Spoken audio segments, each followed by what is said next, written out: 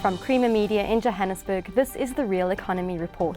The South African Air Force finally has fully operational and certified Rooivalk attack helicopters. Keith Campbell reports. Although the South African Air Force has flown the country's indigenous attack helicopter for some years, it was not operational. It was flyable but not fightable. No longer. On April 1st, Denel Aviation, the helicopter's manufacturer, or OEM, handed 5 significantly upgraded and fully operational Rooivalks over to the Air Force. 6 more will follow later. At the event, I spoke to Denel Group Chief Executive Talib Sadiq and Denel Aviation CEO Mike Roby. Sadiq summarised the importance of the occasion to the Denel Group as a whole. Denel Group, we have 11 standalone entities and 2 supporting entities. With the Rooivalk program, it has more or less involved most of the entities within the Denel Group. One of our entities being Denel Dynamics, and they were involved in qualifying the weapon system, specifically the Makopa missile on the Rooivalk program. In addition to that, we had also developed the optical sight system onto the Rooivalk aircraft. And that was one of our companies before called Denel Optronics. We recently concluded an equity partnership with Carl Zeiss Optronics, and there we've seen the sales of the electro-optical sights that were fitted onto the Rooivalk further developed and sold onto the international markets.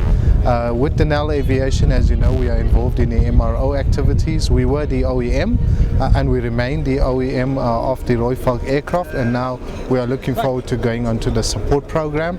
The other entity that's also been involved with the Rooivalk program is Denel Saab Aerostructures, and they were involved in the manufacture of the airframe structures for the Rooivalk aircraft. I think the significance is not just for Denel Aviation, for South Africa.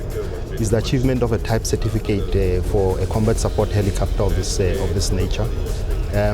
It's been in development for the past 25 years, as we've heard in the speeches. I think it's a major milestone, and we are very proud of it. The aircraft is qualified to international standards, so it really is an achievement. I think it also is an indication of the capability of South Africa, because Denel Aviation was the lead partner, but there were subsystem OEMs behind Denel Aviation. So it shows the capability of South Africa. The main site has been upgraded. The cannon system has been rectified. Its reliability is now almost 100%. And other safety aspects of the aircraft have been addressed. I think what it does bring new, which we haven't got at the moment, is the Makopa missile, which was test fired at Air Force Base Overberg some time ago, and with very, very good results. So at any time now, if we need a missile, we can just buy it and put it on the aircraft. Other news making headlines this week include SAC Oil bolstering its executive team as it prepares for a London listing. News that the Gautrain will cost 49 Rand for a single Pretoria to Johannesburg trip. And Eskom's CEO says a low reserve margin makes maintenance difficult and raises the risk of outages.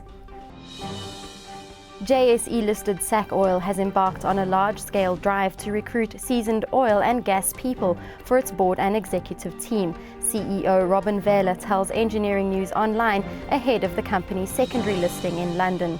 Bolster my board with real core oil and gas expertise. We're talking we're on a search, we've put out a global search for seasoned oil and gas professionals, 30 years plus experience in the industry, who can probably talk to our story. So being involved in companies like ours, taking them up the value curve, understood by the City of London, with the technical expertise, and they can lend that to us. It will cost commuters 49 Rand to travel on the Gautrain between the Hatfield station in Pretoria and Park Station in central Johannesburg, which is the longest possible trip on the 80-kilometre rapid rail system set to become operational on July 1. I'm selling you a trip between the stations of 4 minutes, 8 minutes, 12 minutes, 18 minutes. Nobody else in this province can sell you something like that. I'm selling you that irrespective of weather, traffic officers, accidents, that is the predictability. And what we undertake to do is to give you those trip times on a 98% reliability and punctuality. As winter approaches in South Africa, Eskom will be relying on its customers to use less of its product and be more energy efficient to improve the reserve margin, which will allow for more flexibility of maintenance.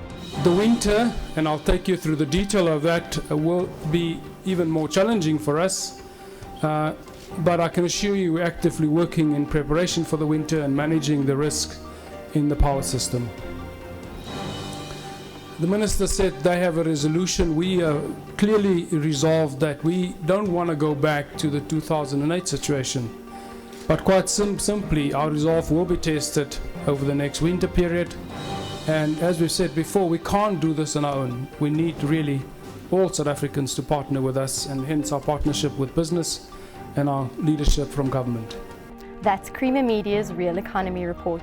Join us again next week for more news and insight into South Africa's real economy.